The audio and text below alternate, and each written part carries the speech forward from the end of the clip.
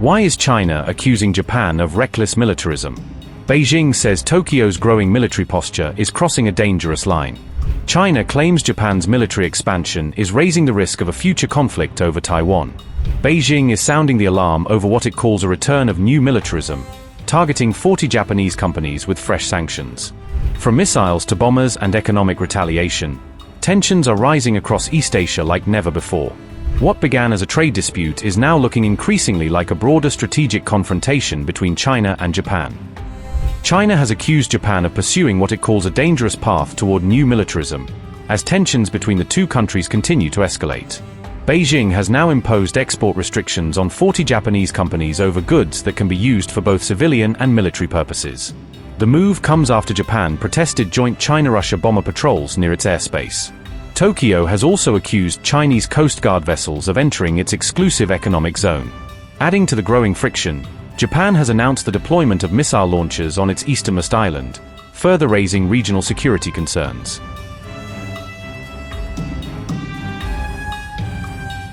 Major differences over Taiwan continue to remain one of the biggest obstacles between China and Japan. Tensions escalated after Prime Minister Sanae Takaichi warned that a conflict over Taiwan could threaten Japan's very survival. Japan is rapidly expanding its military capabilities as concerns grow over China's rising military power. Tokyo has announced the deployment of missile launchers on its easternmost island. Japan has increased its defense budget by 9.4% this year to around $58 billion. Tokyo is also moving toward its goal of spending 2% of its GDP on defense. Japanese officials say the military buildup is necessary to counter growing security threats from China and North Korea. Beijing, however, has accused Tokyo of interfering in China's internal affairs over Taiwan. In response, China has imposed a series of diplomatic and economic measures against Japan. Beijing has reduced flights, suspended exchanges, and kept its ban on Japanese seafood firmly in place.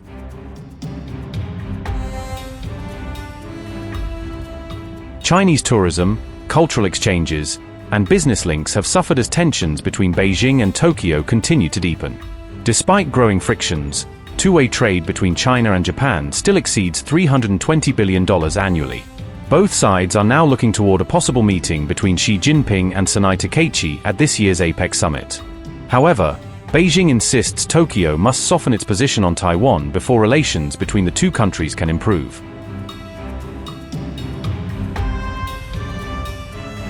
China appears to have revealed its most advanced fighter yet in an official PLA video released on June 29th. The brief appearance is being treated as the first public glimpse of China's unofficial J-36 sixth-generation fighter.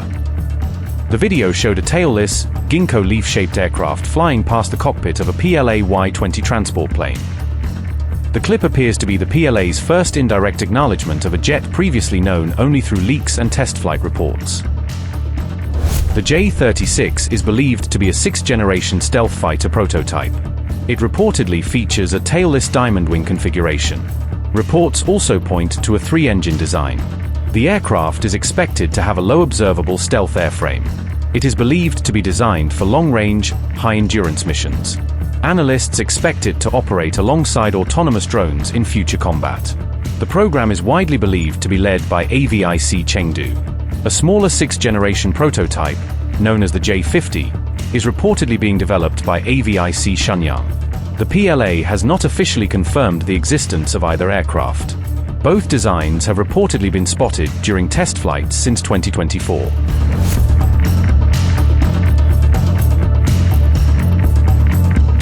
Sixth-generation fighters are expected to deliver greater stealth, longer range, more powerful engines, and AI-enabled capabilities.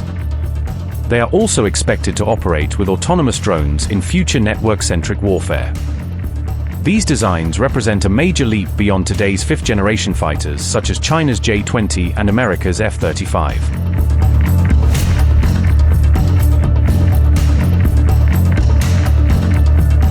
China's progress comes as the United States pushes ahead with its own F-47 sixth-generation fighter program.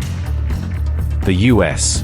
Air Force aims to field the F-47 later this decade, while the Navy continues work on its F/A-XX program. The contest for air superiority is entering a new era, with China and the United States racing to deploy sixth-generation combat aircraft.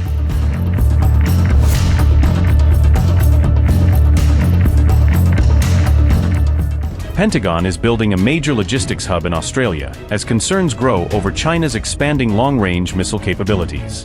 The decision reflects mounting fears that traditional rear-area Pacific bases may no longer remain secure during future conflicts. For decades, Guam has served as a critical hub supporting U.S. air operations, naval deployments, and logistics across the Pacific. U.S. planners now worry the island could come under sustained missile pressure during a high-intensity regional conflict. As China's long-range strike capabilities continue to expand, Washington is reassessing where critical military supplies should be stored. The DF-26 is reported to have a range of roughly 4,000 kilometers, allowing it to threaten targets far beyond China's coastline. The missile is commonly known as the Guam Killer because of its ability to place key U.S. facilities at risk. The DF-27 is assessed to extend China's strike reach significantly farther than previous missile systems. Some estimates place the DF-27's range between 5,000 and 8,000 kilometers, potentially covering vast areas of the Indo-Pacific. Analysts say both systems increase risks for military bases that were once considered relatively secure from attack.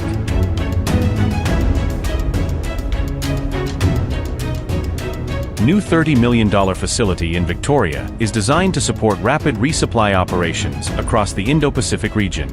Military officials view Australia as a more resilient and geographically secure location for storing critical equipment.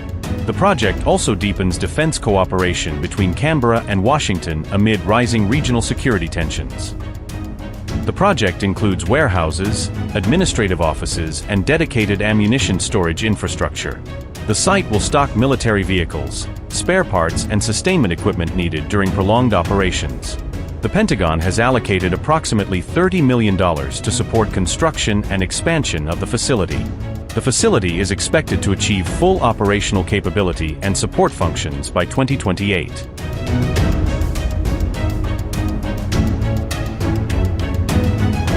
The Australian stockpile forms part of a broader shift away from reliance on a limited number of large depots.